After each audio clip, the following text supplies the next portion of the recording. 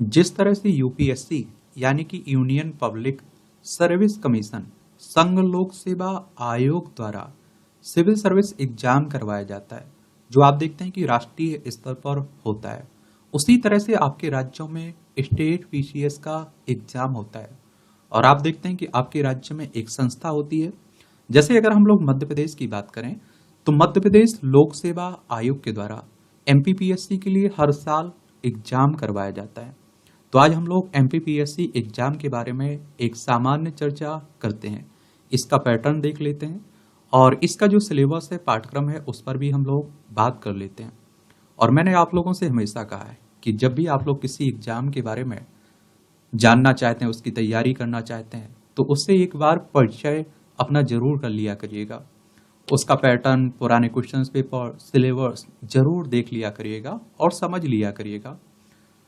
तो अगर हम लोग मध्य प्रदेश के बारे में बात करें तो एक बार आप देखिए, एक हमारा प्यारा भारत है और इसमें आप देखिए मध्य प्रदेश देखने को मिलेगा ए, और इससे हृदय प्रदेश भी कहते हैं, सोया प्रदेश भी कहते हैं, टाइगर प्रदेश कहते हैं, नदियों का मायका भी आप लोग कहते हैं।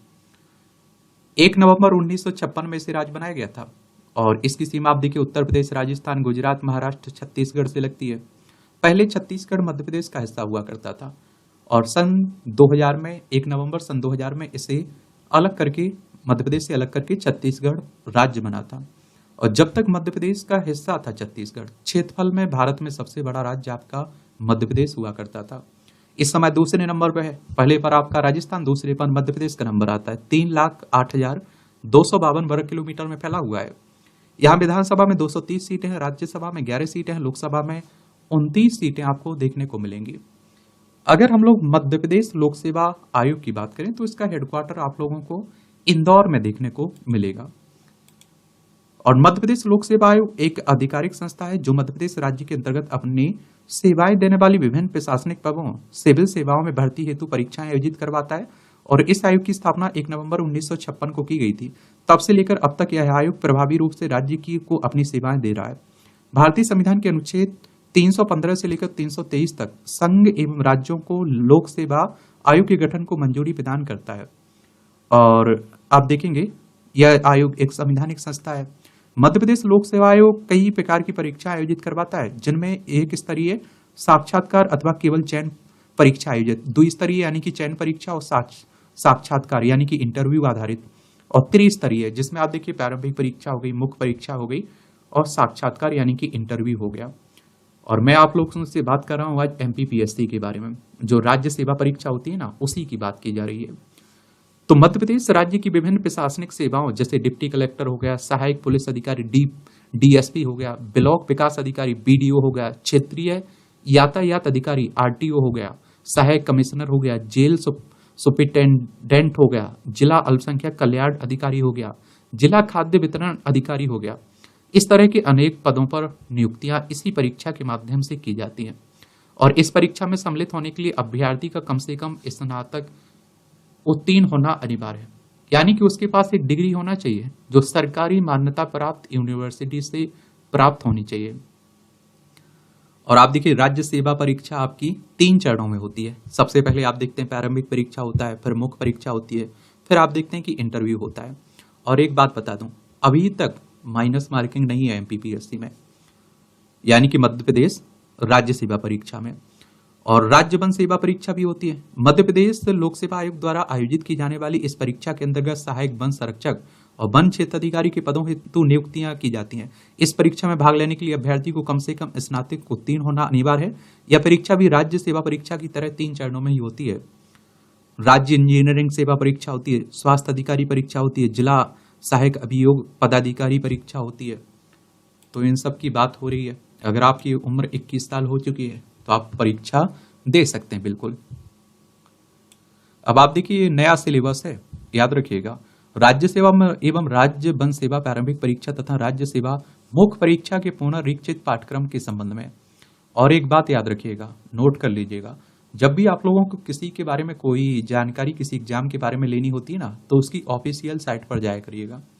जैसे एमपीपीएससी के बारे में कुछ भी आप लोगों को जानकारी लेने हैं तो एमपीपीएससी की जो ऑफिशियल साइट है ना, उस पर जाया करिएगा। वहां आपको सिलेबस मिल जाएगा, पुराने क्वेश्चंस पेपर भी वहां मिल जाएंगे। तो राज्य सेवा एवं राज्य वन सेवा प्रारंभिक तथा राज्य सेवा मुख्य परीक्षा 2024 से प्रभावशील पुनरीक्षित परीक्षा योजना एवं पाठ्यक्रम आयोजन की वेबसाइट पर दिनांक 18/1/2024 से प्रकाशित किया जा रहा है और अभ्यर्थी परीक्षा योजना पाठ्यक्रम आयोग की वेबसाइट से डाउनलोड कर सकते हैं और इससे आने वाली जो भी एग्जाम होगा उस पर ये नया पाठ्यक्रम आपका लागू होगा। ये बात आप लोग समझ लीजिएगा। और राज्य जो वन सेवा प्रारंभिक परीक्षा है ना, ये भी राज्य सेवा परीक्षा की तरह ही होती है, एक तरह से उसी के तरह होता है। और आगे चलकर आप देखते हैं कि इसमें क्या रहता है, प्रीलिम्स के पहला पेपर रहता है ना सामान्य अध्ययन का, उसके आधार पर कट ऑफ बनती है। और जब राज्य वन सेवा परीक्षा की बात होती है तो दोनों पेपर, प्रीलिम्स की प्रारंभिक परीक्षा के दोनों पेपर रहते हैं ना, दोनों पेपर के आधार पर आपकी कट ऑफ बनती है। उसके लिए आपका क्या होना चाहिए, साइंस बैकग्राउंड होना चाहिए अगर राज्य वन परीक्षा आपको देने हैं। और राज्य सेवा परीक्षा देनी है तो केवल सीसेट क्वालिफाइंग प्रवृत्ति का रहता है और पहला पेपर प्रारंभिक परीक्षा का रहता है, उसके आधार पर कट ऑफ बनती है और आप लोग मुख्य परीक्षा में पहुंच पाते हैं। और एक बात जानकारी याद रखिएगा, प्रारंभिक परीक्षा के नंबर मुख्य परीक्षा में नहीं जोड़े जाते हैं, केवल एक पड़ाव के रूप में प्रारंभिक परीक्षा रखी गई है और आप पास कर लेते हैं, इसका काम यहीं खत्म हो जाता है। ठीक है, तो आप देखिए राज्य सेवा परीक्षा की बात हो रही है, ये याद रखिएगा। परीक्षा योजना पाठ्यक्रम की बात करें तो राज्य सेवा परीक्षा 2024 से प्रभावशाली है। राज्य सेवा परीक्षा के 3 क्रमिक चरण होते हैं, 3 स्टेज में होती है। एक तो सबसे पहले राज्य सेवा प्रारंभिक परीक्षा होती है और वस्तुनिष्ठ प्रश्न OMR सीट पर आधारित होते हैं। कहने का मतलब आप समझिए, इसमें 4 आप देखते हैं कि ऑप्शन दिए रहते हैं, उन्हीं के आधार पर आपको OMR सीट में गोला भरना होता है प्रारंभिक परीक्षा में, प्रीलिम्स में। ठीक है, और जैसे ही आप लोग प्रीलिम्स पास कर लेते हैं तो मुख्य परीक्षा आती है। मुख्य परीक्षा लिखित होती है, आंसर लिखने होते हैं आप लोगों को, ये याद रखिएगा। और फिर होता है इंटरव्यू, यानी कि 3 स्टेज में आपकी राज्य सेवा परीक्षा होती है। अगर हम लोग राज्य सेवा प्रारंभिक परीक्षा की बात करें तो प्रारंभिक परीक्षा में वस्तुनिष्ठ प्रकार यानी कि बहुविकल्पीय प्रश्न के 2 प्रश्न पत्र होंगे। प्रत्येक प्रश्न पत्र की संरचना निम्नलिखित योजना अनुसार होगी। प्रथम प्रश्न पत्र जिसे आप लोग सामान्य अध्ययन के नाम से जानते हैं, इसके लिए आपके पास 2 घंटे का समय रहेगा, 200 नंबर का रहता है, यानी कि एक क्वेश्चन 2 नंबर का रहता है। और दूसरा जो प्रश्न पत्र होता है सामान्य अभिरुचि परीक्षण, इसे आप लोग CSET भी कह देते हैं, ये भी 2 घंटे का रहता है, 200 क्वेश्चन इसमें रहते हैं और एक ही दिन में दोनों पेपर आपके खत्म हो जाते हैं प्रीलिम्स के। यह परीक्षा मुख्य परीक्षा हेतु केवल पात्रता निर्धारित करने के रूप में ली जाती है और इस परीक्षा में प्राप्त अंकों के आधार पर अभ्यर्थी का मुख्य परीक्षा हेतु योग्य या अर्ह घोषित किया जाता है। अंतिम चयन सूची केवल मुख्य परीक्षा या तथा साक्षात्कार में प्राप्त अंकों के आधार पर निर्मित की जाती है। इनका कहने का सीधा सा मतलब यह है कि जो प्रारंभिक परीक्षा हो रही है ये केवल आप देखिए मुख्य परीक्षा में पहुंचने के लिए एक पड़ाव है और जो जिसके आधार पर आपको कोई पद मिलता है ना, उसमें नंबर आपके मुख्य परीक्षा के और इंटरव्यू के जुड़ते हैं, ये बात समझ लीजिएगा। ठीक है, और इसमें अटेम्प्ट का भी कोई काउंट नहीं होता है जिस तरह से UPSC में होता है, माइनस मार्किंग भी नहीं होती है। दोनों प्रश्न पत्र वस्तुनिष्ठ प्रकार के रहते हैं, प्रारंभिक परीक्षा के बहुविकल्पीय प्रश्न होते हैं। प्रत्येक प्रश्न के लिए 4 संभावित उत्तर होंगे जिनमें से ABCD में समूहीकृत किया जाएगा और जिनमें से एक उत्तर सही होगा और आप लोग OMR सीट में उसे लगा देंगे, काला कर देंगे। OMR सीट भरते समय भी आप लोग बड़ा ध्यान रखा करिएगा, क्योंकि अगर उसमें गलती हो जाती है ना तो सुधार करने का मौका नहीं मिलता है, इसलिए बार बार चेक कर कर भरा करिएगा। और आप देखेंगे कि जिनमें से एक उत्तर सही होगा, उम्मीदवार से अपेक्षा की जाती है कि वह उत्तर पुस्तिका में उसके द्वारा निर्धारित सही माने गए ABCD में से केवल एक उत्तर पर गोला काला कर उन्हें चिन्हित करें। और प्रत्येक प्रश्न पत्र में 2-2 अंकों के 100 क्वेश्चन रहते हैं, प्रश्न रहते हैं और प्रत्येक प्रश्न की पत्र की समयावधि 2 घंटे की होगी। प्रारंभिक परीक्षा हेतु सामान्य अध्ययन तथा सामान्य अभिरुचि परीक्षण के विस्तृत पाठ्यक्रम परिशिष्ट 2 में यथा निर्दिष्ट है और प्रत्येक प्रश्न पत्र हिंदी तथा अंग्रेजी में होगा और द्वितीय प्रश्न पत्र के पाठ्यक्रम में सम्मिलित बिंदु क्रमांक 7 हिंदी भाषा में बोधगम्यता कौशल के प्रश्न सिर्फ हिंदी भाषा में होंगे। और मध्य प्रदेश में हिंदी भाषा चलती तो हिंदी भाषा पर यहाँ ज्यादा फोकस दिया जाता है। प्रारंभिक परीक्षा उपरांत परीक्षा में पूछे गए प्रश्नों उसके मॉडल उत्तरों की प्रावधिक कुंजी उत्तर कुंजी तैयार कर वेबसाइट पर डाल दी जाती है और इसमें आप देखेंगे कि mppsc.mp.gov.in पर प्रकाशित कर ऑनलाइन पद्धति से 5 दिवस की अवधि में आपत्तियां प्राप्त की जाएंगी। यानी अगर आपको किसी क्वेश्चंस को लेकर आपत्ति है तो आप लोग आपत्ति दर्ज करा सकते हैं 5 दिन के भीतर। अभ्यर्थी आयोग द्वारा प्रति प्रश्न निर्धारित प्रश्न शुल्क और पोर्टल शुल्क का भुगतान कर केवल ऑनलाइन पोर्टल के माध्यम से ही आपत्तियां जमा कर सकेंगे। 5 दिवस के निर्धारित अवधि के पश्चात किसी भी अभ्यावेदन पर कोई विचार नहीं किया जाएगा। प्राप्त आपत्तियों पर विषय विशेषज्ञ समिति द्वारा विचार किया जाएगा और समिति द्वारा आपत्तियों पर विचार कर निम्नानुसार कार्रवाई की जाएगी। यहाँ कुछ आप देखते हैं कि ये PDF आपको टेलीग्राम पर डाल दूंगा, तो वहां से एजुकेशन सर्कल प्लेटफॉर्म है ना, तो वहां से जाकर आप लोग डाउनलोड भी कर सकते हैं, पढ़ ले सकते हैं। और प्रश्न के हिंदी तथा अंग्रेजी अनुवाद में भिन्नता की स्थिति में केवल हिंदी अनुवाद ही मान होगा, क्योंकि हिंदी को ज्यादा यहाँ बढ़ावा दिया जाता है। ऐसे प्रश्न जिनका दिए गए विकल्पों में से एक से अधिक सही उत्तर सभी सही उत्तरों को मान किया जाएगा, और ऐसे प्रश्न जिनका दिए गए विकल्पों में से एक भी सही उत्तर ना हो प्रश्न पत्र से विलोपित यानी कि डिलीट कर दिया जाएगा, हटा दिया जाएगा। चलिए, मुख्य परीक्षा हेतु लघु सूची के अभ्यर्थियों की संख्या कुल रिक्त पदों की संख्या के वर्ग बार के अधिकतम 20 गुना होगा, यानी कि मुख्य परीक्षा में 20 गुना अभ्यर्थी लिए जाएंगे। और आप देखेंगे प्रवर्ग बार समान अंक प्राप्त उम्मीदवारों को भी मुख्य परीक्षा हेतु घोषित किया जाएगा, और केवल वे वही उम्मीदवार जिन्हें आयोग ने संबंधित विज्ञापन के अधीन प्रारंभिक परीक्षा में घोषित किया है मुख्य परीक्षा में प्रवेश पाने के लिए पात्र होंगे। और मुख्य परीक्षा की पात्रता हेतु अनारक्षित श्रेणी के उम्मीदवारों को प्रारंभिक परीक्षा के प्रत्येक प्रश्न पत्र में न्यूनतम 40% अंक प्राप्त करना अनिवार्य होगा, और इस प्रकार अनारक्षित महिला श्रेणी के परीक्षार्थियों को भी प्रारंभिक परीक्षा के प्रत्येक प्रश्न पत्र में न्यूनतम 40% अंक प्राप्त करना अनिवार्य है। अनुसूचित जाति, अनुसूचित जनजाति, अन्य पिछड़ा वर्ग, आर्थिक रूप से कमजोर वर्ग एवं दिव्यांगजन श्रेणी के उम्मीदवारों हेतु न्यूनतम अर्हता अंक 30% प्राप्त है। वैसे आप देखिए, जिस साल वैकेंसी रहती है, उम्मीदवार कितने रहते हैं, उस आधार पर कट ऑफ बनती है। राज्य सेवा प्रारंभिक परीक्षा का द्वितीय प्रश्न पत्र केवल अर्हकारी स्वरूप का होता है, यानी कि क्वालिफाइंग प्रवृत्ति। इस प्रश्न पत्र में बहु उपयुक्त बिंदु 5 के अनुसार न्यूनतम अंक प्राप्त करना अनिवार्य होता है, यानी कि जो आपको बताए हुए ना, इन्हीं की बात हो रही, पासिंग नंबर चाहिए होते हैं। द्वितीय प्रश्न पत्र में प्राप्त अंकों को प्रारंभिक परीक्षा का परिणाम हेतु गुणानुक्रम निर्धारण में शामिल नहीं किया जाएगा। राज्य वन सेवा प्रारंभिक परीक्षा का पाठ्यक्रम भी राज्य सेवा प्रारंभिक परीक्षा के समान ही होता है। राज्य वन सेवा प्रारंभिक परीक्षा की मेरिट सूची प्रथम और द्वितीय दोनों प्रश्न पत्रों के प्राप्त अंकों को जोड़कर तैयार की जाती है। राज्य सेवा परीक्षा में आप देखते हैं कि केवल पहले पेपर के आधार पर मेरिट लिस्ट बनती है, दूसरे में क्वालिफाइंग करना होता है केवल।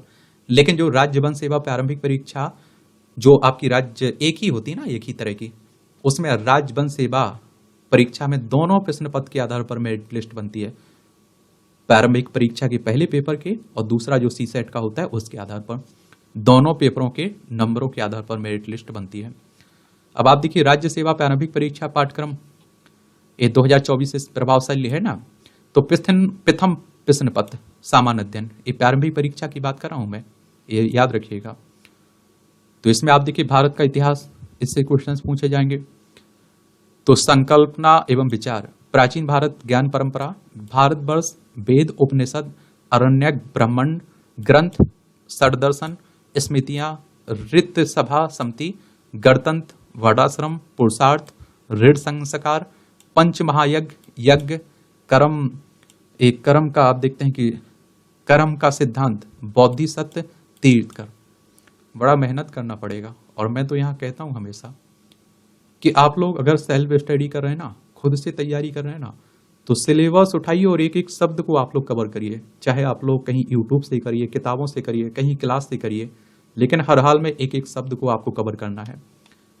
प्राचीन एवं मध्यकालीन भारत के इतिहास की प्रमुख घटनाएं, विशेषताएं, घटनाएं, उनकी प्रशासनिक, सामाजिक, आर्थिक व्यवस्थाएं, भारत की सांस्कृतिक विरासत, कला, प्रारूप, साहित्य, पर्व एवं उत्सव, 19वीं 20वीं शताब्दी में सामाजिक एवं तथा धार्मिक सुधार आंदोलन, स्वतंत्रता संघर्ष, भारतीय राष्ट्रीय आंदोलन, स्वतंत्रता के पश्चात भारत का एकीकरण एवं पुनर्गठन, इनसे क्वेश्चंस पूछे जाएंगे आपकी प्रारंभिक परीक्षा में।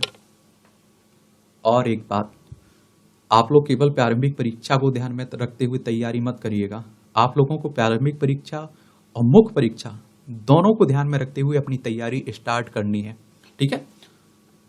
इसमें स्टडी मटेरियल क्या क्या होगा उस पर हम लोग बात करेंगे।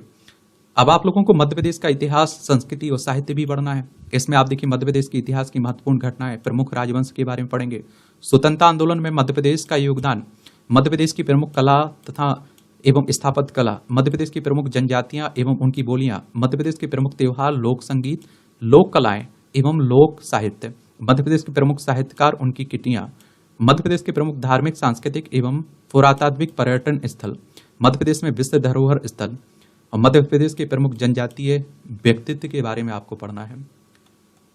फिर आप लोगों को भारत का भूगोल पढ़ना है। इसमें आप देखेंगे कि पर्वत हो गए, पहाड़ियां हो गई, पठार हो गए, नदियां हो गई, झीलें, ये पढ़ना है। जलवायु घटनाएं हो गई, अल-नीनो हो गया, ला-नीना हो गया, दक्षिणी दोलन, पश्चिमी विक्षोभ, जलवायु परिवर्तन के परिणाम देखना है। फिर आप लोगों को प्राकृतिक संसाधन, वन, खनिज, जल संसाधन पढ़ना है। प्रमुख फसलें, खाद्य सुरक्षा, हरित क्रांति, दूसरी हरित क्रांति की रणनीतियां, इनके बारे में पढ़ना है। ऊर्जा के पारंपरिक और गैर पारंपरिक स्रोत देखना है। भारत में प्राकृतिक खतरे और आपदाएं, भारत में प्रमुख चक्रवात, जनसंख्या वृद्धि, वितरण एवं घनत्व, ग्रामीण नगरीय प्रवास के बारे में आप लोग पढ़ेंगे। फिर मध्य प्रदेश का भूगोल भी आप लोगों को पढ़ना है। और Madhya Pradesh special, MP special आप लोग जो कहते हैं ना, उसका वेटेज एमपी के एग्जाम में रहता ही है ज्यादा। मध्य प्रदेश के भूगोल में आप लोग वन, वनोपज, नदियां, पहाड़ियां, पठार पढ़ेंगे, जलवायु पढ़ेंगे, ऋतुएं, तापमान, वर्षा पढ़ेंगे। प्राकृतिक संसाधन, मिट्टियां, प्रमुख खनिज संसाधनों के बारे में पढ़ेंगे। प्रमुख फसलें, जल संसाधन, सिंचाई परियोजनाओं के बारे में पढ़ेंगे। ऊर्जा के पारंपरिक और गैर पारंपरिक स्रोतों के बारे में पढ़ेंगे। मध्य प्रदेश के प्रमुख उद्योग देखेंगे आप लोग। जनसंख्या वृद्धि, वितरण एवं घनत्व, नगरीकरण के बारे में पढ़ेंगे। फिर आप लोग देखिए भारत एवं मध्य प्रदेश की संवैधानिक व्यवस्था पढ़ेंगे। संविधान सभा के बारे में पढ़ेंगे। संघीय कार्यपालिका, राष्ट्रपति एवं संसद के बारे में पढ़ेंगे। सर्वोच्च न्यायालय एवं न्यायिक व्यवस्था के बारे में पढ़ेंगे। संवैधानिक संशोधन के बारे में पढ़ेंगे। नागरिकों के मौलिक अधिकार, कर्तव्य एवं राज्य की नीति निर्देशक सिद्धांत के बारे में पढ़ेंगे। राष्ट्रीय एवं प्रादेशिक संवैधानिक सांविधिक आयोग और संस्थाएं हैं, उनके बारे में पढ़ेंगे। और मैं आप लोगों से कहता रहता हूं ना कि जो आपकी संस्थाएं हैं उनके बारे में जरूर याद रखें, उनसे क्वेश्चंस आपके हर एग्जाम में पूछे जाते हैं। मध्य प्रदेश की संवैधानिक व्यवस्था, राज्यपाल, मंत्रिमंडल, विधानसभा, उच्च न्यायालय के बारे में पढ़ना होगा आपको। मध्य प्रदेश में त्रिस्तरीय पंचायती राज, नगरीय प्रशासन व्यवस्था, इसके बारे में पढ़ना होगा। मध्य प्रदेश में सुशासन, अभिशासन व्यवस्था के बारे में पढ़ना होगा। फिर आप लोगों को भारत एवं मध्य प्रदेश की अर्थव्यवस्था, इकोनॉमी के बारे में पढ़ना होगा।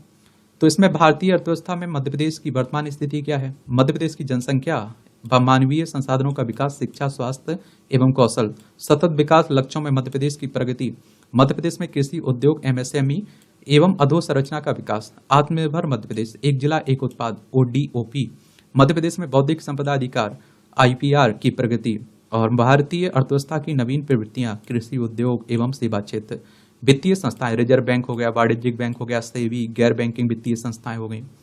भारत की विदेश व्यापार की नीतियां, G20, सार्क और एशियान हो गया।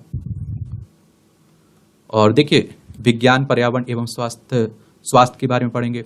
इसमें विज्ञान की प्रमुख शाखाओं का प्रारंभिक ज्ञान आपको होना चाहिए। भारत के प्रमुख वैज्ञानिक संस्थान, उनकी उपलब्धियों के बारे में पढ़ना होगा। उपग्रह, अंतरिक्ष प्रौद्योगिकी, अंतरिक्ष विज्ञान के क्षेत्र में भारत की उपलब्धियां क्या रही हैं, उसमें पढ़ेंगे।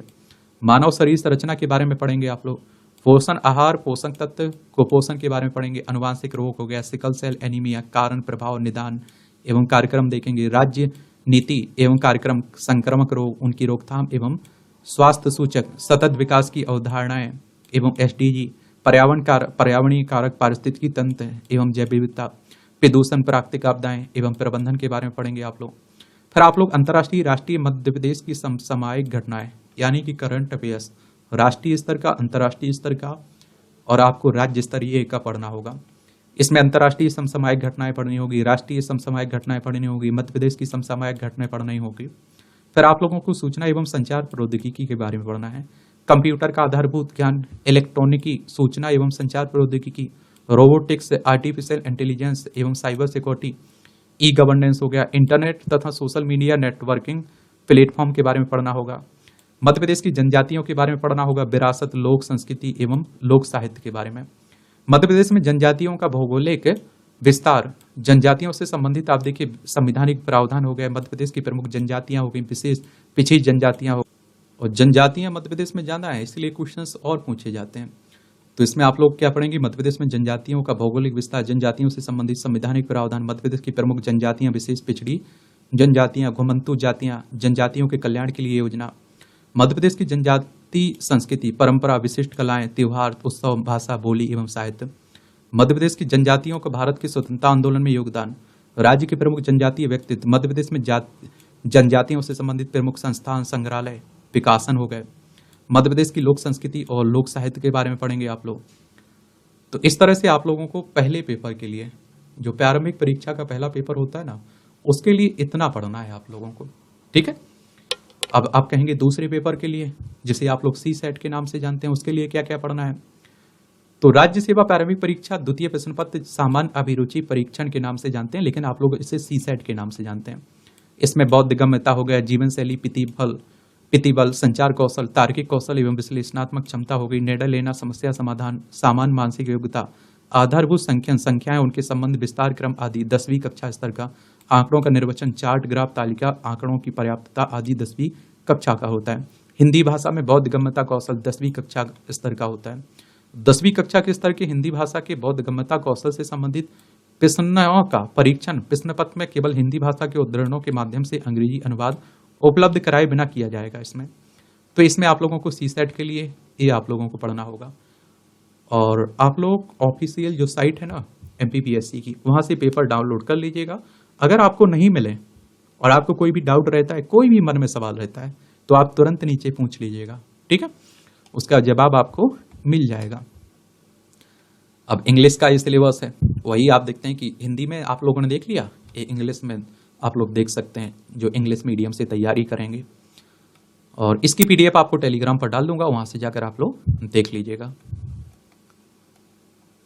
तो इस तरह से आप लोग प्रारंभिक परीक्षा के लिए आपका सिलेबस हो गया आपका। और मेरी तरफ से शुभकामनाएं हैं। अगर ईमानदारी से आप लोग तैयारी करेंगे, अपना 100% देंगे, तो मुझे लगता है कि आपका प्रारंभिक परीक्षा आराम से क्लियर भी हो जाएगा। और थोड़ा ईमानदारी से पढ़ना होगा, रेगुलर आपको पढ़ना होगा। मैं वो नहीं कहता हूं कि 18 घंटे पढ़िए डेली, मैं कहता हूं कि 6 से 8 घंटे हर हाल में पढ़िए, लेकिन डेली आप लोग पढ़िए, ठीक है।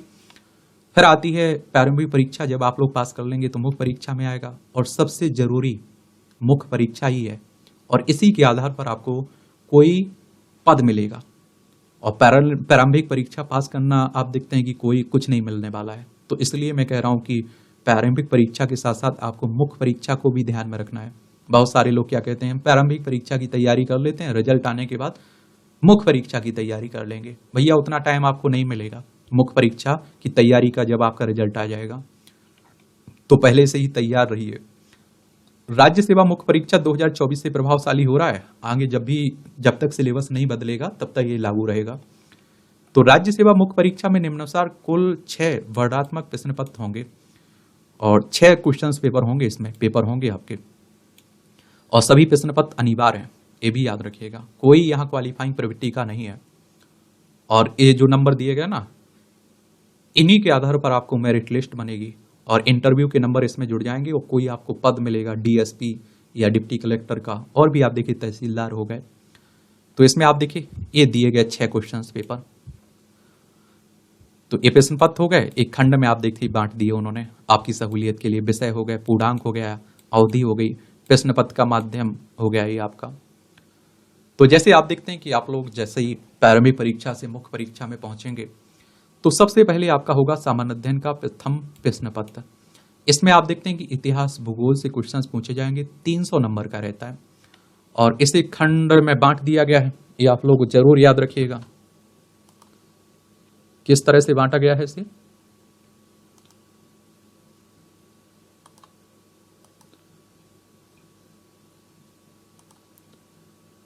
बता देता हूं आपको, परेशान नहीं होना है।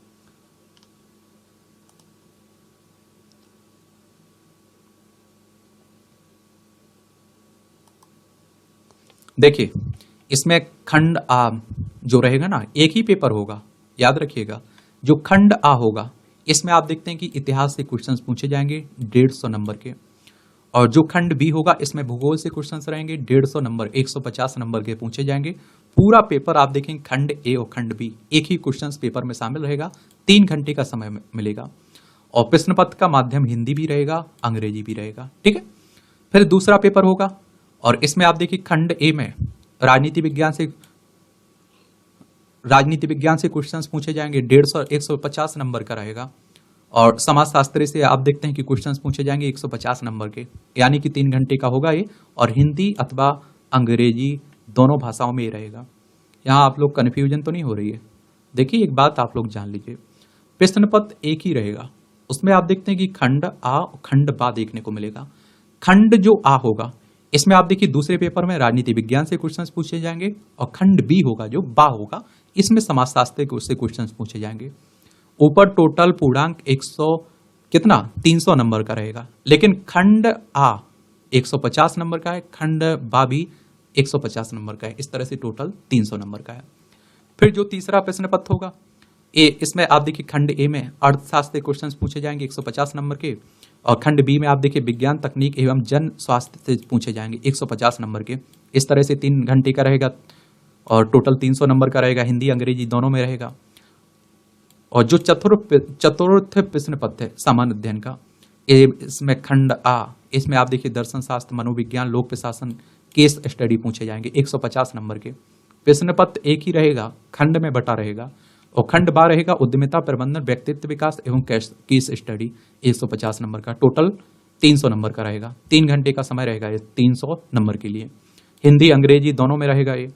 फिर पंचम प्रश्न पत्र होगा, 5वां प्रश्न पत्र सामान्य हिंदी एवं व्याकरण का रहेगा, 200 नंबर का रहेगा, 2 घंटे का समय रहेगा इसके लिए, और ये हिंदी में आएगा, ये बात जान लीजिए। षष्ठम प्रश्न जो 6वां पेपर होगा षष्ठ, ये हिंदी निबंध और प्रारूप लेखन होगा, 100 नंबर का रहेगा और 2.5 घंटे का रहेगा, ये हिंदी में रहेगा। ठीक है, इस तरह से मुख्य परीक्षा जो आपकी है ना ये 1500 नंबर की रहेगी। कितना 1500 नंबर, यानी कि 1500 नंबर की रहेगी।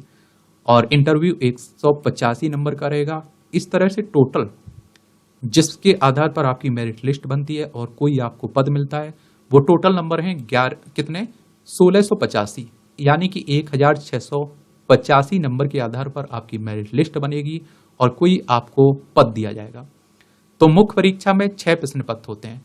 सामान्य अध्ययन प्रश्न पत्र पहला, सामान्य अध्ययन प्रश्न पत्र द्वितीय, सामान्य अध्ययन प्रश्न पत्र तृतीय, सामान्य अध्ययन प्रश्न पत्र चतुर्थ। ये सभी 300 नंबर के रहेंगे और 3 घंटे का समय रहेगा। जो 5वां प्रश्न पत्र होगा ये 200 नंबर का रहेगा, 2 घंटे का रहेगा। जो 6वां प्रश्न पत्र होगा 100 नंबर का रहेगा, 2.5 घंटे का समय रहेगा इसके लिए। तो ये समझ में आ गया होगा, अगर नहीं आया हो तो आप लोग बताइएगा। अब हम लोग मुख्य परीक्षा में पहले प्रश्न पत्र को देखते हैं। तो सामान्य अध्ययन का प्रथम प्रश्न पत्र, द्वितीय प्रश्न पत्र और तृतीय प्रश्न पत्र के दोनों खंड आ तथा बा में अभ्यर्थियों द्वारा केवल हिंदी अथवा अंग्रेजी में भाषा उत्तर लिखे जा सकेंगे। उपयुक्त तीनों प्रश्न पत्रों के प्रत्येक खंड, खंड आ और खंड बा में पूर्णांकों का वर्गीकरण निम्न अनुसार होगा। यानी कि इन तीनों प्रश्न पत्र की बात हो रही है, पहला, दूसरा और तीसरा। ठीक है, तो इसमें आप देखेंगे प्रश्नों का ये स्वरूप हो गया, प्रश्नों की संख्या हो गई, अंक हो गया प्रति प्रश्न, और अधिकतम शब्द संख्या प्रति प्रश्न के, और ये पूर्णांक हो गया। यानी कि शब्दों पर भी आपको ध्यान रखना है, जितने शब्द में पूछा गया है उसी के आसपास आपका आंसर होना चाहिए, ज्यादा बड़ा चढ़ाकर मत लिख दीजिएगा। ठीक है, अति लघु उत्तरीय, ये आप देखिए प्रश्नों की संख्या रहेगी 15। और ये याद रखिएगा, मैं बार बार कह रहा हूं, ये तीनों जो प्रश्न पत्र है ना, पहला, दूसरा, तीसरा, इसी तरह के इसी पैटर्न पर क्वेश्चंस पूछे जाएंगे। दोनों खंड आ और खंड बा में अभ्यर्थी द्वारा केवल हिंदी अथवा अंग्रेजी भाषा में उत्तर लिखे जा सकेंगे, या तो आपका माध्यम हिंदी होगा या इंग्लिश होगा। ठीक है, और प्रत्येक खंड आ और खंड बा में पूर्णांकों का वर्गीकरण निम्नानुसार होगा।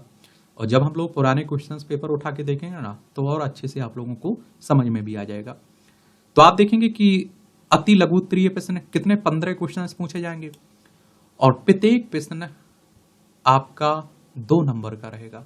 यानी कि टोटल इसमें आप देखते हैं कि 30 नंबर के रहेंगे। और कितना, एक जो आपका क्वेश्चन रहेगा ना अति लघु उत्तरीय, ये 20 शब्दों में आपको इसका आंसर देना है। कितने, 20 शब्दों में।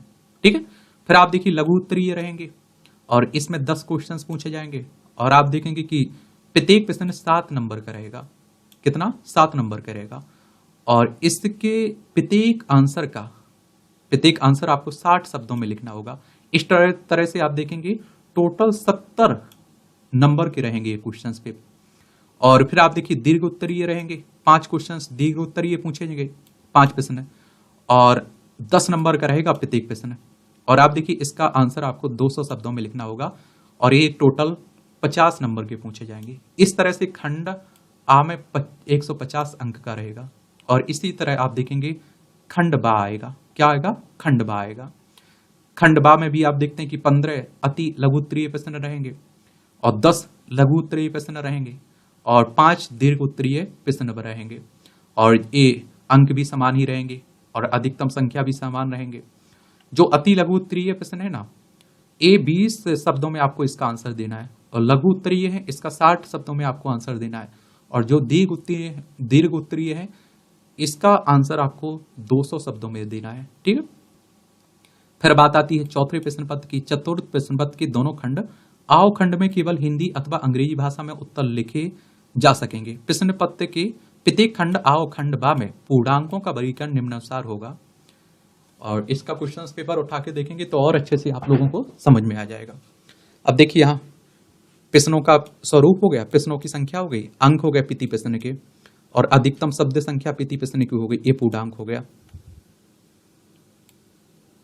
तो इसमें आप देखिए अति लघु उत्तरीय की बात करें तो 16 क्वेश्चंस पूछे जाएंगे। कितने?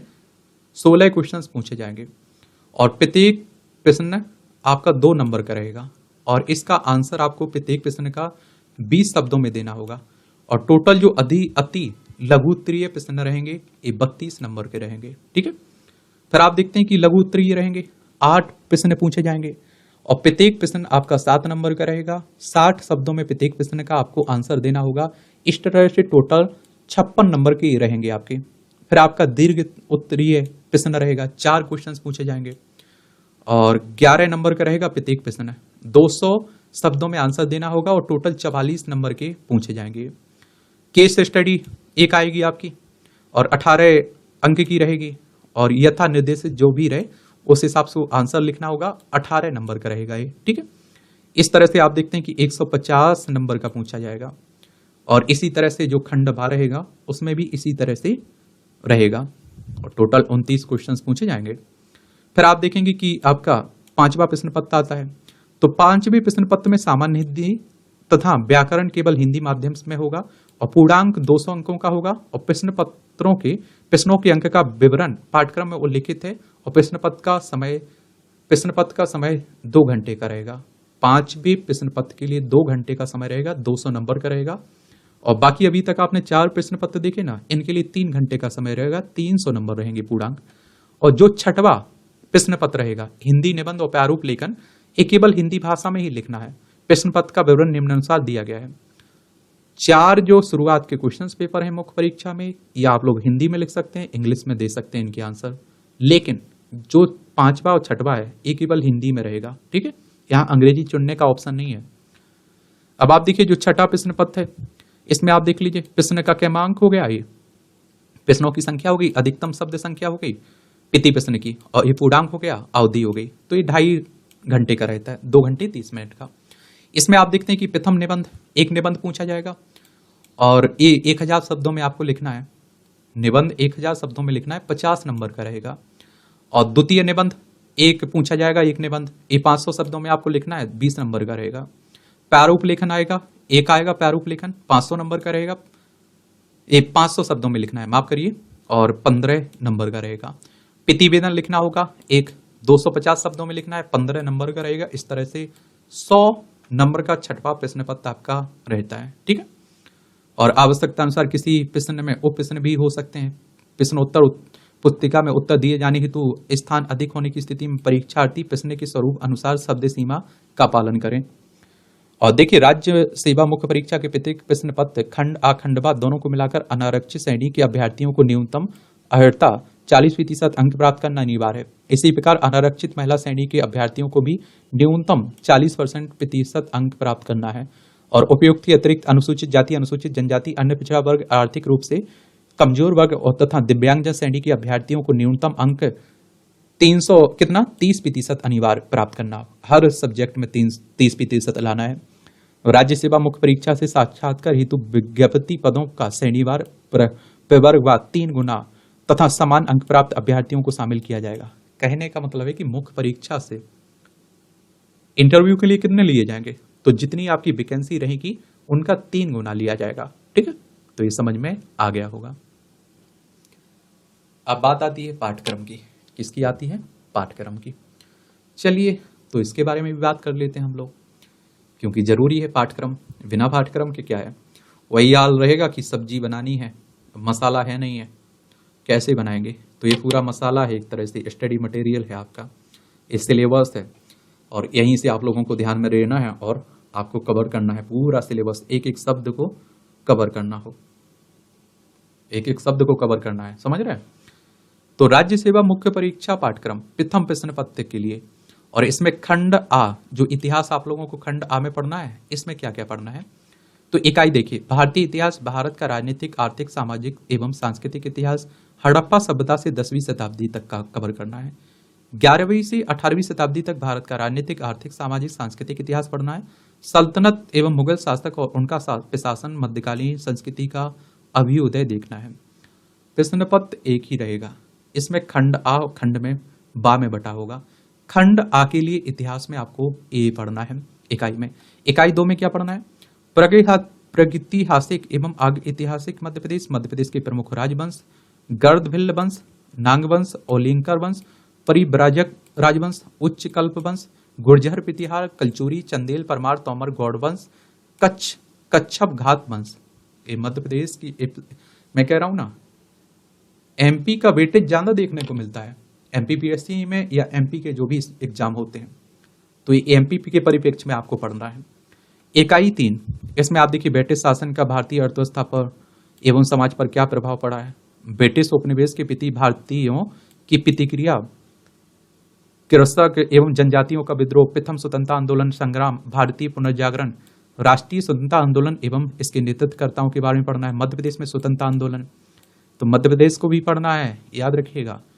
फिर इकाई 4 आ जाता है, इसमें गणतंत्र के रूप में भारत का उदय, राज्यों का पुनर्गठन, मध्य प्रदेश राज्य के रूप में गठन, स्वतंत्रता प्राप्ति के पश्चात की प्रमुख घटनाएं, भारतीय सांस्कृतिक विरासत, मध्य प्रदेश के विशेष संदर्भ में प्राचीन काल से आधुनिक काल तक विभिन्न कला प्रारूप, साहित्य, पर्व, उत्सव एवं वास्तुकला के प्रमुख पक्ष, मध्य प्रदेश में विश्व धरोहर स्थल और पर्यटन।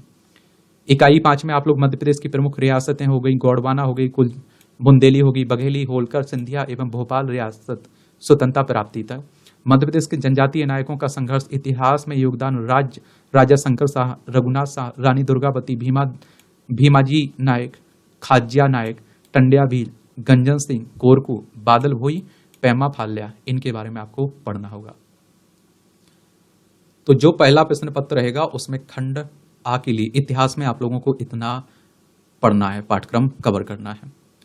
फिर आप देखते हैं प्रश्न पत्र पहले में ही जो खंड बा है, बी पार्ट है, इसमें आप लोगों को इकाई देख लीजिए एक, इसमें भारत का भौतिक स्वरूप एवं जलवायु के बारे में पढ़ना है। प्राचीन भारत में भौगोलिक ज्ञान, भारत के प्रमुख भू आर्कटिक भौतिक विभाग, हिमालय पर्वत, उत्तर भारत का विशाल मैदान, प्रायद्वीपीय पठार, प्रमुख पहाड़ियां, पठार, नदियां, झीलें, भारत में मिट्टियां, प्रकार एवं वितरण, जलवायु, ऋतुएं, तापमान, वर्षा, मानसून की उत्पत्ति, ऊपरी वायु परिसंचरण, जेट स्ट्रीम, जलवायु घटनाएं, अल नीनो हो गया, ला नीना हो गया, दक्षिणी दोलन, पश्चिमी विक्षोभ, हिंद महासागर, द्विध्रुव, जलवायु परिवर्तन के परिणाम, इनके बारे में पढ़ना होगा।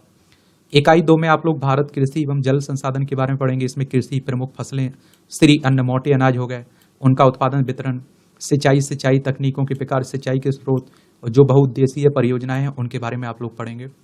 खाद्य सुरक्षा, हरित क्रांति, द्वितीय हरित क्रांति, सतत कृषि के लिए रणनीतियां, जल संसाधनों का संरक्षण और संवर्धन, वर्षा जल संचयन, जल संरक्षण के तरीके, नदियों को आपस में जोड़ना, राष्ट्रीय जल नीति के बारे में पढ़ेंगे।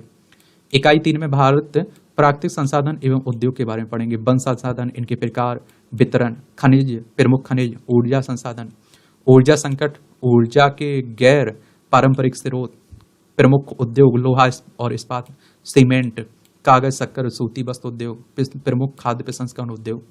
फिर इकाई 4 में आपदाएं और तकनीकें, भारत में प्राकृतिक खतरे और आपदाएं, भूकंप, सुनामी, सूखा, बाढ़, ओलावृष्टि, कोहरा, बादल फटना, तड़ित झंझा, भारत में उष्ण कटिबंधीय चक्रवात, इन सब के बारे में पढ़ना है। पर्यावरण प्रदूषण, वायु प्रदूषण, जल प्रदूषण, मिट्टी या भूमि प्रदूषण, एवं उनका रोकथाम, नियंत्रण और प्रबंधन, प्रदूषण को कम करने के उपाय, भारत में जनसंख्या वृद्धि, संसाधनों पर जनसंख्या का दबाव, ग्रामीण शहरी प्रवास, भूगोल में उन्नत तकनीकें, सुदूर संवेदन, भौगोलिक सूचना प्रणाली GIS, भौगोलिक स्थिति निर्धारण प्रणाली GPS और इनके अनुप्रयोग, उपग्रहों के प्रकार के बारे में पढ़ना होगा। इकाई 5 में आप देखिए मध्य प्रदेश का भूगोल पढ़ेंगे। प्रमुख भू आर्कटिक भौतिक विभाग, मालवा का पठार हो गया, मध्य भारत का पठार हो गया, बुंदेलखंड का पठार, विंध्याचल श्रेणी, बघेलखंड का पठार, नर्मदा सोन घाटी, सतपुड़ा श्रेणी, इनके बारे में पढ़ना होगा। प्रमुख नदियां, उनकी सहायक नदियों के बारे में, जलवायु, ऋतुएं, तापमान, वर्षा के बारे में पढ़ना होगा। मध्य प्रदेश की मिट्टियां हैं, प्रकार हैं, वितरण है, मृदा अपर्दन, मृदा संरक्षण, प्राकृतिक वनस्पति, वनों के प्रकार और वितरण, प्रमुख वनोपज, प्रमुख फसलें, सिंचाई और सिंचाई परियोजनाओं के बारे में, प्रमुख खनिज, ऊर्जा संसाधन, ऊर्जा के गैर पारंपरिक स्रोत, प्रमुख उद्योग, लघु एवं कुटीर उद्योग, जनसंख्या वृद्धि, वितरण और घनत्व, नगरीकरण, ये सब आप लोगों को पढ़ना होगा। तो इस तरह से आप देखेंगे कि मुख्य परीक्षा का जो पहला प्रश्न पत्र रहेगा उसके लिए आप लोगों को इतना पढ़ना है। कितना पढ़ना है? इतना पढ़ना है जितना आपको बताया है।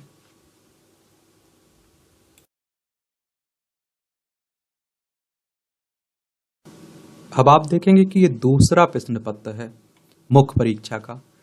इसमें खंड आ के लिए क्या क्या पढ़ना है आपको?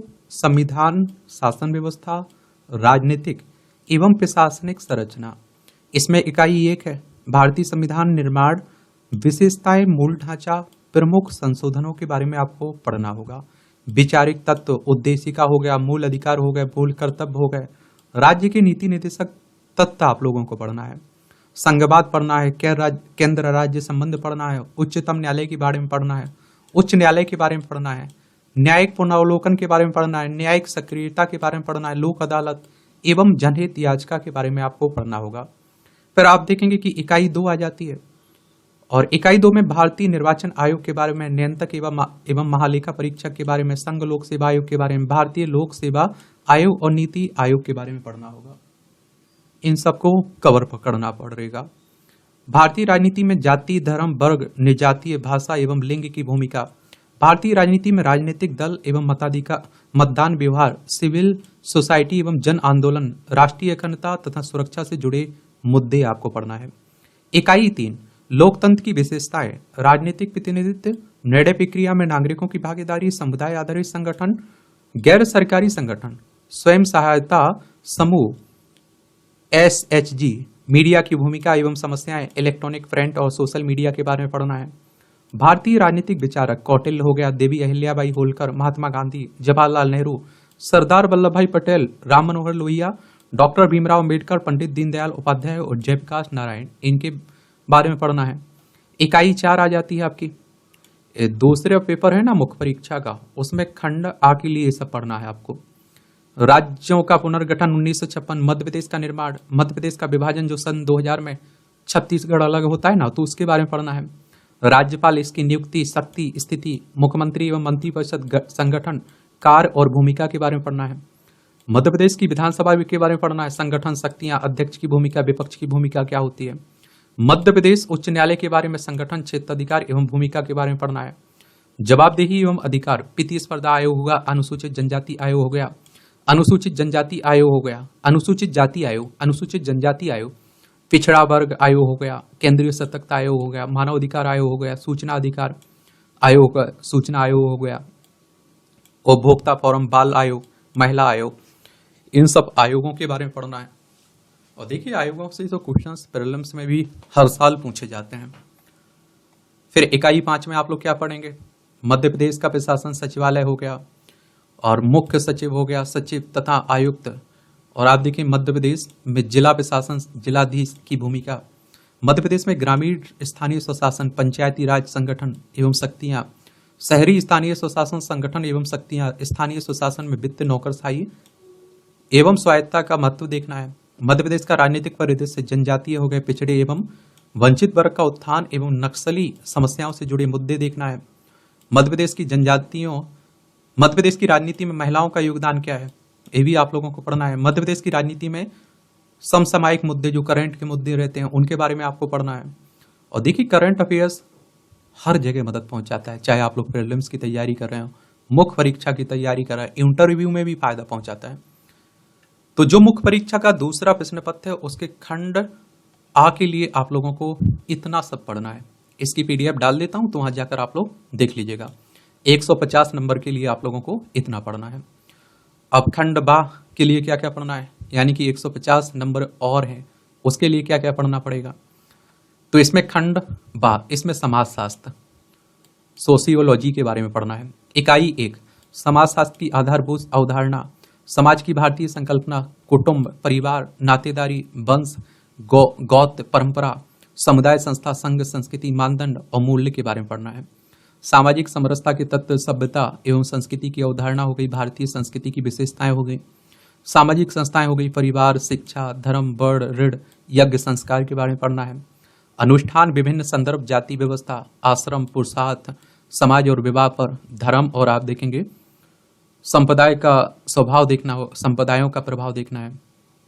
इकाई 2 और इसमें आप देखिए भारतीय समाज में विविधता और चुनौतियां, भारतीय समाज की संकल्पना, भारत के लोग, विविधता में एकता, सांस्कृतिक विविधता, क्षेत्रीय, भाषाई, धार्मिक और जनजातीय, अपराध का बदलता परिदृश्य, नशीली दवाओं की लत, आत्महत्या, साइबर अपराध, महिलाओं के प्रति अपराध एवं घरेलू हिंसा। वर्तमान बहस की बात करें तो भारत में परंपरा और आधुनिकता के बारे में पढ़ना है। राष्ट्र निर्माण की समस्याएं, धर्म निरपेक्षता हो गई, बहुलवाद हो गया, राष्ट्र निर्माण हो गया, इन सब के बारे में पढ़ना है। इकाई 3 इसमें ग्रामीण एवं नगरीय समाजशास्त्र, ग्रामीण समाज के अध्ययन के उपागम, ग्रामीण शहरी अंतर, ग्रामीणवाद और नगरवाद, किसान अध्ययन, 73वें संशोधन से पहले और बाद में पंचायती राज व्यवस्था, ग्रामीण नेतृत्व, गुटबाजी, लोक सशक्तिकरण के बारे में पढ़ना है। ग्रामीण विकास के सामाजिक मुद्दे और रणनीतियां, बंधुआ और प्रवासी मजदूर, ग्रामीण समाज में बदलाव के रुझान, नगरीय समुदाय की विशेषता, नगरीय समुदाय में परिवर्तन, नगरीकरण के कारण एवं प्रभाव के बारे में पढ़ना है। नगर नियोजन की अवधारणा, नगर नियोजन को प्रभावित करने वाले कारक, भारत में नगरीय प्रबंधन की समस्याओं के बारे में पढ़ना है। इकाई 4 आ जाती है, इसमें औद्योगिकरण हो गया, वैश्वीकरण, सामाजिक विकास और जनसंख्या। इसमें आप देखिए भारत में औद्योगिकरण और सामाजिक परिवर्तन, परिवार, शिक्षा, स्तरीकरण पर प्रभाव, औद्योगिक समाज में वर्ग और वर्ग संघर्ष, वैश्वीकरण की चुनौतियां क्या है, समाजशास्त्र का भारतीयकरण, शिक्षा का निजीकरण, सामाजिक संरचना और विकास, सुविधा प्रदाता, अवरोधक, विकास और सामाजिक आर्थिक असमानताओं के बारे में पढ़ना है। संस्कृति और विकास, इसमें सहायक बाधक के रूप में संस्कृति, उत्तर आधुनिकीकरण, पश्चिमीकरण, भारत में जनसंख्या वृद्धि और वितरण, 1901 से वृद्धि, कारण और प्रभाव पढ़ेंगे। अवधारणाएं, प्रजनन क्षमता, मृत्यु दर, रुग्णता, प्रवास, आयु और लिंग संरचना के बारे में पढ़ेंगे।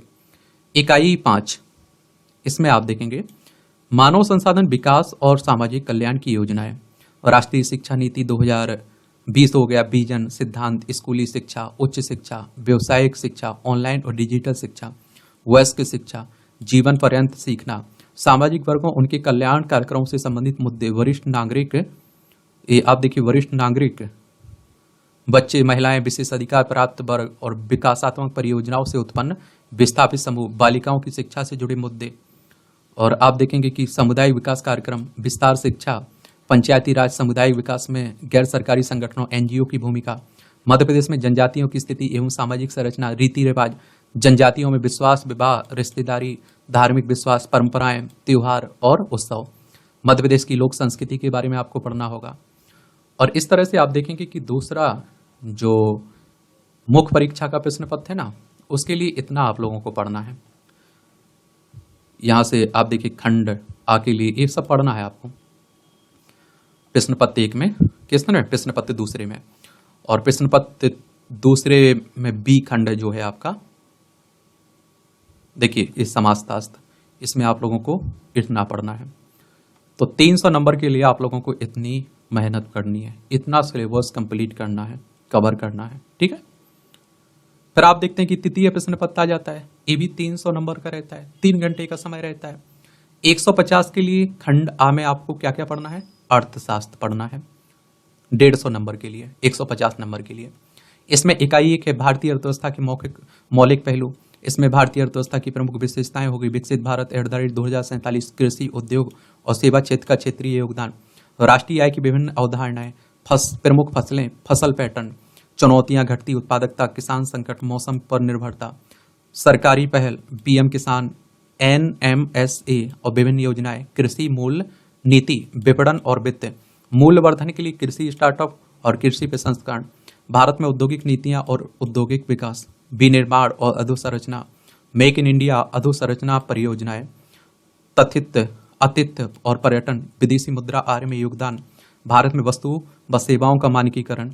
इकाई 2 में आप देखिए कराधान और नीति परिदृश्य, इसमें राजकोषीय नीति, लोक व्यय, आगम, कराधान, घाटा प्रबंधन, मौद्रिक नीति और भारत में वित्तीय समावेशन, अनौपचारिक अर्थव्यवस्था पर नगद लेन देन का प्रभाव, खाद्य सुरक्षा और लोक वितरण प्रणाली, गरीबी, बेरोजगारी और क्षेत्रीय असंतुलन, भारत का विदेशी व्यापार मूल संरचना और दिशा, निर्यात प्रोत्साहन, आयात वित्तीय स्थापन और विदेशी पूंजी, अंतर्राष्ट्रीय वित्तीय संस्थानों की भूमिकाएं, IMF, विश्व बैंक, ADB और WTO के बारे में पढ़ना है। इकाई 3 है जो आपका, इसमें आप देखते हैं जितने भी अंतर्राष्ट्रीय संस्थान हैं उनके बारे में जरूर एक सामान्य जानकारी रखा करिएगा। मध्य प्रदेश की अर्थव्यवस्था का अवलोकन, इसमें आप देखिए मध्य प्रदेश में राज्य घरेलू उत्पाद, प्रति व्यक्ति आय में वृद्धि, आत्मनिर्भर मध्य प्रदेश, एक जिला एक उत्पाद कार्यक्रम, प्रमुख फसलें और फसल पैटर्न तथा जोत, खाद्य सुरक्षा, वितरण प्रणाली, भंडारण, उद्यान की पशुधन, डेयरी एवं मत्स्य पालन और औद्योगिक क्षेत्र की स्थिति, अवधोसंरचना का विकास, MSME और पारंपरिक उद्योगों का विकास और समर्थन, मध्य प्रदेश में ग्रामीण एवं शहरी विकास, जनजातीय अर्थव्यवस्था, कृषि पद्धति, प्रमुख वनोपज, हस्तशिल्प व हाट बाजार, पर्यटन, व्यापार और निवेश प्रोत्साहन।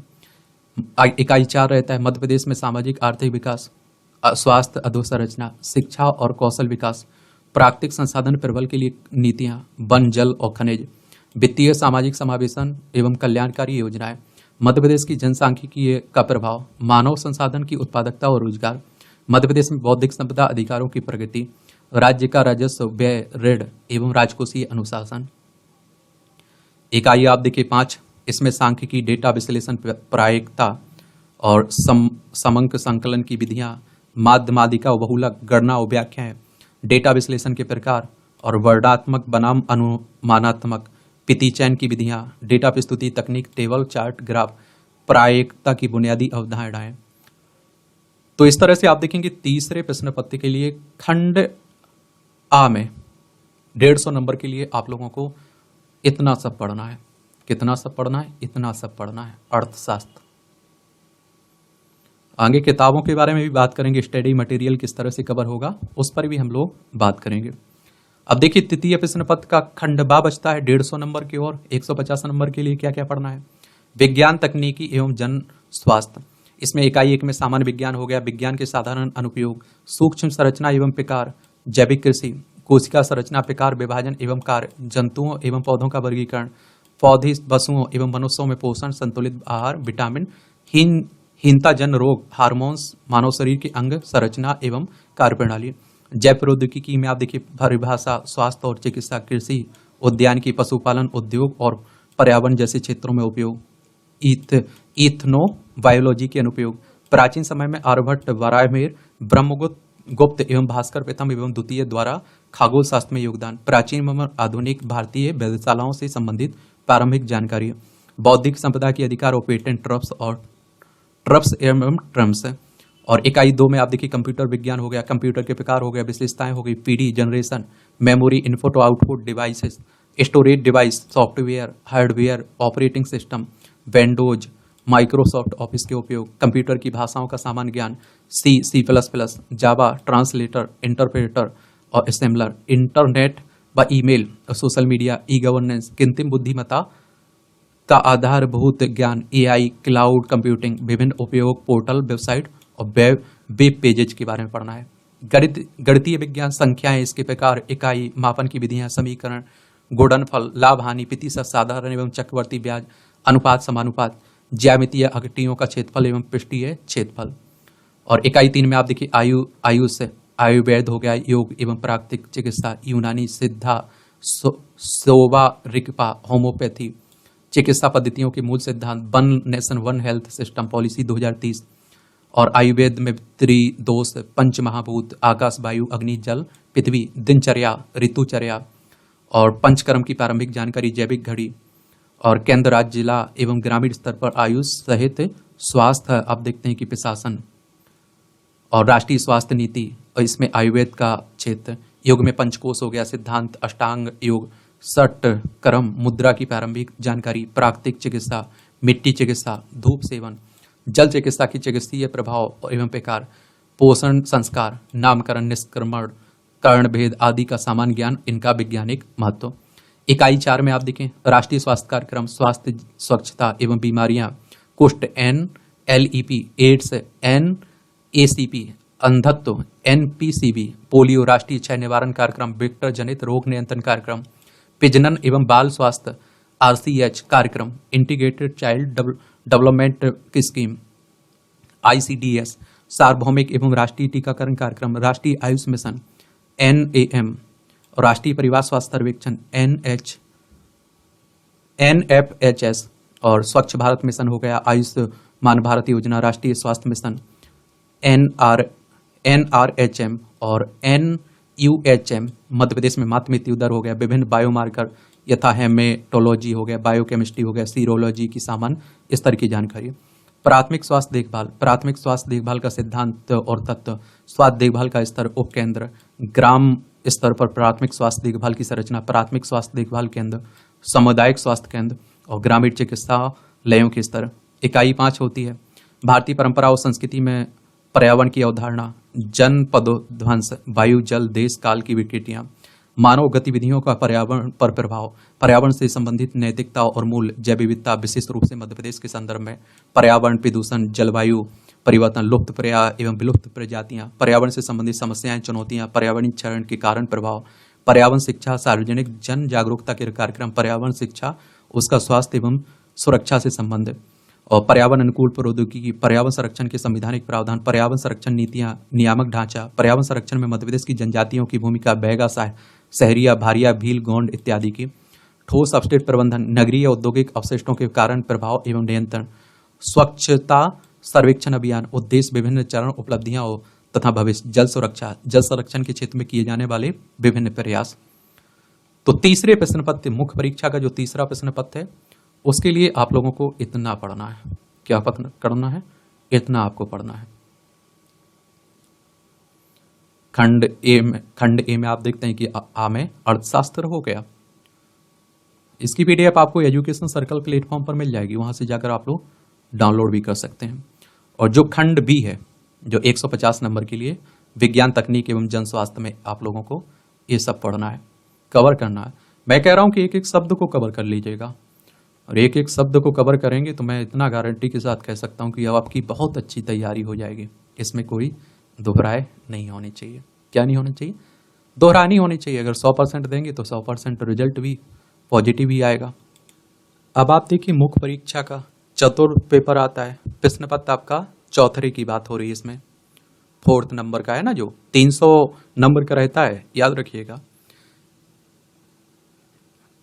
क्या 300 नंबर का रहता है। और इसमें आप देखते हैं कि खंड ए आपका 150 नंबर का रहता है। इसके लिए आप लोगों को क्या क्या पढ़ना है? 150 नंबर के लिए दर्शन शास्त्र पढ़ना है, मनोविज्ञान पढ़ना है, लोक प्रशासन पढ़ना है, केस स्टडी पढ़ना है। ये तो सब पढ़ना है, लेकिन इसमें क्या पढ़ना है? तो इकाई 1 में आप लोग भारतीय सदर्शन, दार्शनिक, विचारक, समाज सुधारक के बारे में पढ़ेंगे। भारतीय सदर्शन सुकरात, प्लेटो, अरस्तु, महावीर, बौद्ध, आचार्य शंकर, चारवाक, भरथरी के बारे में, गुरु नानक, कबीर, तुलसीदास, संत रविदास, रविन्द्रनाथ टैगोर, राजा राम मोहन राय, देवी अहिल्याबाई होलकर, सावित्रीबाई फुले, स्वामी दयानंद सरस्वती, स्वामी विवेकानंद, महर्षि अरविंद, सर्वपल्ली राधाकृष्णन, भीमराव अंबेडकर, पंडित दीनदयाल उपाध्याय के बारे में पढ़ना है। इकाई 2 राष्ट्र निर्माण एवं नैतिक अवधारणाएं, राष्ट्र की अवधारणा, शक्ति एवं घटक, राष्ट्रीय सुरक्षा हित एवं चरित्र, राष्ट्रीय सुरक्षा संचालन, सशक्त सैन्य बल, अंग एवं प्रकार तथा गुप्तचर एजेंसियां, मौतिक नैतिक मूल नैतिक अवधारणाएं, इसमें शुभ सद्गुण, अहिंसा, उत्तरदायित्व के बारे में पढ़ेंगे। भगवत गीता का नीति शास्त्र, प्रशासन में उसकी क्या भूमिका है, उसके बारे में पढ़ेंगे। और मैं तो देखिए हमेशा कहता हूं कि हर भारतीय को, और मैं तो कहता हूं कि पूरी दुनिया में हर व्यक्ति को स्टेट पीसीएस या फिर सिविल सर्विस की तैयारी करना चाहिए, पेपर 4 पढ़ना चाहिए। इकाई 3 इसमें मानवीय व्यवहार एवं मनोचिकित्सा, मनोवृत्ति, विषय वस्तु, तत्व, प्रकार, मनोवृत्ति का निर्माण, मनोवृत्ति में परिवर्तन, प्रबोधक, संप्रेषण, पूर्वाग्रह तथा भेदभाव, भारतीय संदर्भ में रूढ़िवादिता, अभिक्षमता एवं लोक सेवा हेतु आधारभूत मूल्य, सत्यनिष्ठा, निष्पक्षता एवं आप देखिए असमर्थ समर्थकवादी, वस्तुनिष्ठता, लोक सेवा के प्रति समर्पण, समानुभूति, सहिष्णुता एवं कमजोर वर्गों के प्रति संवेदना, सांवेगिक बुद्धि, संप्रत्यय, शासन प्रशासन में इसकी उपयोगिता एवं अनुपयोग। व्यक्तिगत भिन्नताओं की बात करें तो कारक हो गए, सिद्धांत हो गए, व्यवहार भिन्नताएं। मनोविकार की बात एवं मनोचिकित्सा की बात करें तो अवसाद, सामाजिक दुश्चिंता, मनोविकार, सिजोफीनिया, सामाजिक दुर्भीति, द्विध्रुवी मनोविकार, मनोचिकित्सा, व्यक्ति केंद्रित चिकित्सा, व्यवहार चिकित्सा, तर्क संगत भावनात्मक व्यवहार चिकित्सा, संज्ञानात्मक व्यवहार चिकित्सा, सकारात्मक चिकित्सा एवं पारिवारिक चिकित्सा। फिर आप देखिए इकाई 4 लोक प्रशासन में नैतिक मूल्य। तो इसमें आप देखिए मानवीय आवश्यकताएं एवं अभिप्रेरणा, मानव व्यक्तित्व को प्रभावित करने वाले विभिन्न तत्व, कर्तव्य परायणता, मूल्यबोध, जीवन मूल्य, संवेदनशीलता, टेक्नोलॉजी एवं नैतिक मूल्य। लोक प्रशासन में नैतिक सद्गुण एवं मूल्य। प्रशासन में नैतिक तत्व, सत्यनिष्ठा, उत्तरदायित्व एवं पारदर्शिता, नैतिक तर्क एवं नैतिक दुविधा तथा नैतिक मार्गदर्शन के रूप में अंतरात्मा, लोक सेवकों हेतु आचरण संहिता, शासन में उच्च मूल्यों का पालन, भ्रष्टाचार के प्रकार एवं कारण, भ्रष्टाचार का प्रभाव, भ्रष्टाचार को अल्पतम करने के उपाय, समाज सूचना तंत्र, परिवार एवं विसल बिलोवर की भूमिका, भ्रष्टाचार पर राष्ट्रसंघ की घोषणा, भ्रष्टाचार का मापन, ट्रांसपेरेंसी इंटरनेशनल, लोकपाल और लोकायुक्त के बारे में पढ़ना है। इकाई 5 में आप केस स्टडी, प्रश्न पत्र के खंड आ में सम्मिलित विषय वस्तु पर आधारित कोई भी पाठ्यक्रम है ये, और इसमें से किसी पर भी केस स्टडी पूछी जा सकती है। फिर आप देखेंगे कि जो चतुर्थ प्रश्न पत्र है उसका खंड बी आ जाता है। 150 नंबर के लिए आप लोगों को क्या क्या पढ़ना पड़ेगा खंड बी में? उद्यमिता प्रबंधन, व्यक्तित्व विकास और केस स्टडी। इकाई 1 उद्यमिता अवधारणा एवं विकास, उद्यमिता की अवधारणा एवं महत्व, उद्यमशीलता के लक्षण, सिद्धांत, विशेषताएं, नवाचार का महत्व, उद्यमशीलता की प्रक्रिया, सृजनशीलता, विचार सृजन, अनुवीक्षण एवं व्यवसाय योजना, नए उद्यम प्रबंधन में मुख्य मुद्दे एवं वैधानिक आवश्यकताएं, महिला उद्यमियों के सामने आने वाली चुनौतियां, भारत में उद्यमिता का विकास, startup India, make in India, Bharat में उद्यमिता विकास को बढ़ावा देने वाले संस्थान। और इकाई 2 में आप देखिए व्यवसायिक संगठन एवं प्रबंधन, प्रबंध अवधारणा, महत्व, क्षेत्र प्रबंध एवं प्रशासन, क्रय तथा सामग्री प्रबंधन, प्रबंध प्रक्रिया, संसाधन प्रबंधन एवं प्रबंध के कार्य, नियोजन, संगठन, निर्देशन, नियंत्रण, समन्वय, निर्णय, अभिप्रेरणा, नेतृत्व एवं संचार, समय प्रबंधन एवं संगठन, और ब्रांडिंग, मार्केटिंग, नेटवर्किंग। इकाई 3 में आप देखिए प्रशासन व प्रबंधन, लोक प्रशासन में प्रबंधन के महत्वपूर्ण आयाम, मानव संसाधन प्रबंधन, वित्तीय प्रबंधन, लोक प्रशासन में उनका कार्य क्षेत्र महत्व, लोक कार्य क्षेत्र में तनाव प्रबंधन एवं विवाद प्रबंधन की विभिन्न तकनीकें एवं उनका महत्व, बहुलता, अनेकता का प्रबंधन एवं प्रशासन, जन प्रबंधन के अवसर एवं चुनौतियां, आपदा प्रबंधन। इकाई 4 में आप देखिए समग्र व्यक्तित्व विकास, समग्र व्यक्तित्व एवं राष्ट्रीय विकास, व्यक्तित्व विकास के विभिन्न घटक, सफलता की अवधारणा, सफलता प्राप्त करने में बाधाएं, और आप देखिए सफलता के लिए जिम्मेदार कारक, इन सब के बारे में आपको पढ़ना है। असफलता से सीखना, असफलताओं का मूल्यांकन, अंतर्दृष्टि, नियंत्रण, सुधार के अवसर के रूप में स्वीकार करना, सरकारी योजनाओं का क्रियान्वयन, सरकारी योजनाओं के सफल क्रियान्वयन को सुनिश्चित करने के लिए प्रभावी रणनीतियों को क्रियान्वित करना, निम्नांकित मुद्दों से संबंधित तथ्य और दृष्टिकोण, नागरिक बोध, संस्था के प्रति निष्ठा, मतदाता जागरूकता कार्यक्रम, यातायात प्रबंधन, नशाखोरी की प्रवृत्ति, खाद्य पदार्थ में मिलावट, नाइट कल्चर, मूल्य आधारित जीवन एवं विधिक जागरूकता कार्यक्रम। और इकाई 5 में आप देखिए केस स्टडी, प्रश्न पत्र के खंड बा में सम्मिलित विषय वस्तु पर आधारित पाठ्यक्रम, ये आप देखेंगे। तो इस तरह से आप देखेंगे 4th नंबर के प्रश्न पत्र के लिए आप लोगों को इतना पढ़ना है। कितना पढ़ना है? देखिए चतुर्थ प्रश्न पत्र है ना 4 नंबर का, खंड ए में आप लोगों को ये सब पढ़ना है। आराम से बैठकर पढ़ लीजिए, इसकी पीडीएफ आपको मिल जाएगी। और खंड बा में जो 150 नंबर के लिए आप लोगों को ये पढ़ना होगा, प्रश्न पत्र एक ही रहेगा, उसमें खंड आ और खंड बा आप लोगों को देखने को मिलेगा इसमें। ठीक है, अब आप देखिए ये मुख्य परीक्षा का 5वां पेपर है, पंचम प्रश्न पत्र। इसमें सामान्य हिंदी और व्याकरण से क्वेश्चंस पूछे जाएंगे। 200 नंबर का रहेगा ये। कितने? 200 नंबर का रहेगा। और इस प्रश्न पत्र का स्तर स्नातक परीक्षा उत्तीर्ण छात्रों के समकक्ष होगा और इसका उद्देश्य उम्मीदवार की पढ़ने व समझने, भाषाई दक्षता, लेखन की योग्यता एवं हिंदी में स्पष्ट तथा सही विचार व्यक्त करने की क्षमता का मूल्यांकन करना है। और निम्नलिखित विषय सामग्री पर प्रश्न पूछे जाएंगे। प्रत्येक प्रश्न की अंक योजना निर्दिष्ट है। इसमें आप देखिए लघु उत्तरीय प्रश्न निर्धारित संपूर्ण पाठ्यक्रम के अंतर्गत ही पूछे जाएंगे। और ये आप देखते हैं कि 75 नंबर के रहेंगे, 25 क्वेश्चन रहेंगे, 3 नंबर का एक, ठीक है। और फिर रस, इसमें अंग प्रकार पूछे जाएंगे और ये 5 पूछे जाएंगे, एक एक नंबर का रहेगा, यानी कि 5 अंक का। छंद, दोहा, सोरठा, चौपाई पूछे जाएंगे 5, एक एक नंबर के 5 अंक के। इस तरह से टोटल 10 नंबर का ये हो गया आपका हिंदी में। फिर आप देखते हैं कि अनुवाद वाक्यों का रहेगा, हिंदी से अंग्रेजी में अनुवाद करना होगा। ये 5 आएंगे 3 नंबर की, यानी कि 15 अंक का रहेगा। ये अंग्रेजी से हिंदी में करना होगा आपको, 5 रहेंगे, 3 अंक के रहेंगे, 15 अंक के। और प्रशासनिक मानक शब्दों के अर्थ, हिंदी से अंग्रेजी शब्द रहेंगे 5 शब्द और एक एक नंबर का रहेगा, और अंग्रेजी से हिंदी शब्द रहेंगे 5 शब्द, एक एक नंबर का रहेगा। इस तरह से आप देखते हैं कि कितना 15 दूनी 30 और 10 40 नंबर का टोटल रहेगा। 30 ये हो गया आपके और 10 नंबर का ये हो गया। और इस तरह से आप देखते हैं कि संधि एवं समास रहेगा, 5 रहेंगे 2-2 नंबर की, यानी कि 10 नंबर की टोटल। मुहावरे कहावतें रहेंगी, 5 रहेंगे 2-2 नंबर की, यानी कि 10 अंक का टोटल। इस तरह से आप देखते हैं कि 20 अंक का ये हो गया आपका। और प्रारंभिक व्याकरण एवं शब्दावलियां, प्रत्येक प्रश्न 2 अंक के होंगे। विराम चिन्ह, शब्द शक्तियां, विलोम शब्द, अनेक शब्दों के लिए एक शब्द, तत्म, सम एवं तद्भव शब्द, पर्यायवाची शब्द, शब्द युग्म, वर्तनी शोधन, वाक्य संरचना एवं प्रकार, शब्दार्थ, ये आप देख के टोटल रहेंगे 20 नंबर के। कितना? 20 नंबर के। फिर आप देखिए पल्लवन, रेखांकित अथवा दी गई पंक्तियों का भाव पल्लवन, 5 अंक के रहेंगे। मध्य प्रदेश की प्रमुख बोलियां मालवी हो गई, नेवाड़ी, बघेली, बुंदेलखंडी, 3-3 नंबर के रहेंगे, यानी कि 12 अंक के। आपठित गद्यांश रहेगा 18 नंबर का। इस तरह से टोटल 200 नंबर का ये पेपर पूछा जाएगा, 5वां पेपर, ठीक है। फिर आप देखते हैं कि 6वां प्रश्न पत्र होता है, ये हिंदी निबंध और प्रारूप लेखन के लिए आता है। इसमें पहला जो निबंध 50 नंबर का रहता है। इसके लिए आप देखिए टॉपिक दिए गए हैं और लगभग 1000 शब्दों में आपको लिखना है। और इन टॉपिक्स में से पूछे जाएंगे। निम्नांकित विषय क्षेत्रों से निबंध पूछा जा सकता है, अच्छी बात है। आपको कम से कम टॉपिक तो दी गई है।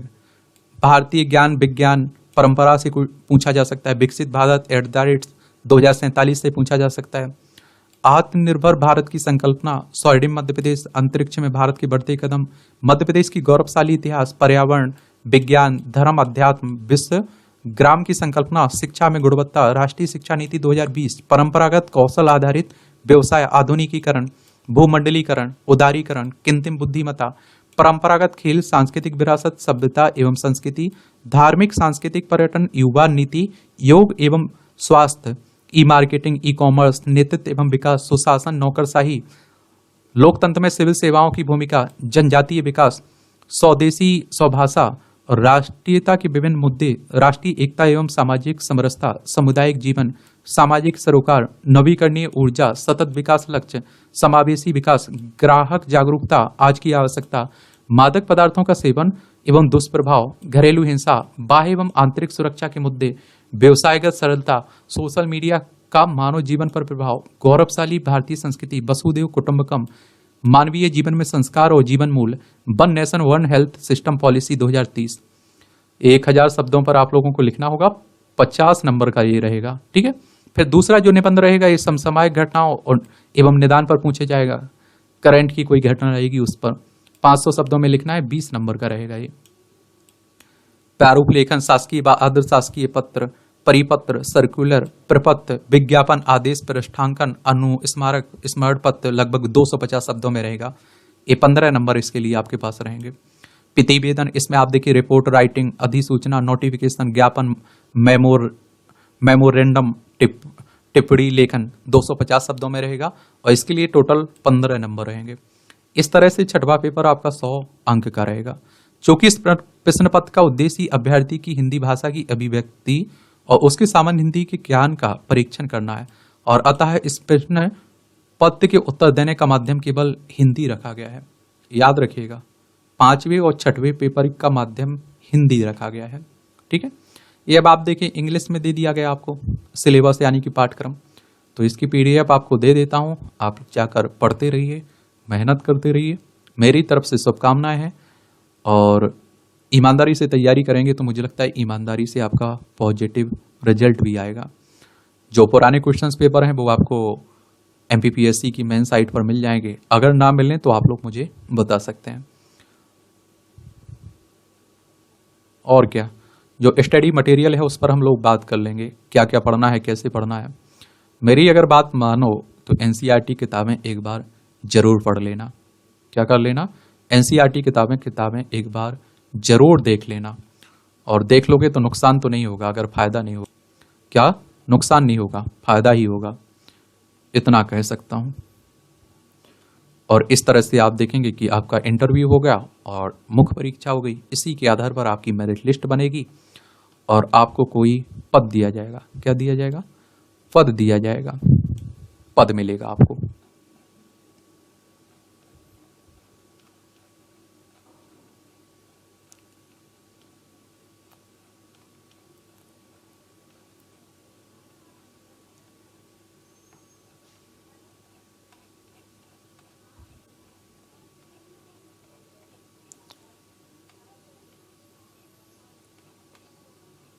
इसमें आप लोगों को बता देता हूं थोड़ा। ये आप देखेंगे, इसमें आप देखेंगे 1685 नंबर हो जाते हैं टोटल। 1500 मुख्य परीक्षा के, 185 आपके इंटरव्यू के। 1685, 1685 अंक हो जाते हैं। और इसी के आधार पर आपकी मेरिट लिस्ट बनेगी और कोई आपको पद दिया जाएगा। ठीक है, मेरी तरफ से शुभकामनाएं हैं। अब आपका कोई भी सवाल हो, मेरे लिए सुझाव हो, तो आप लोग जरूर बताइएगा। धन्यवाद।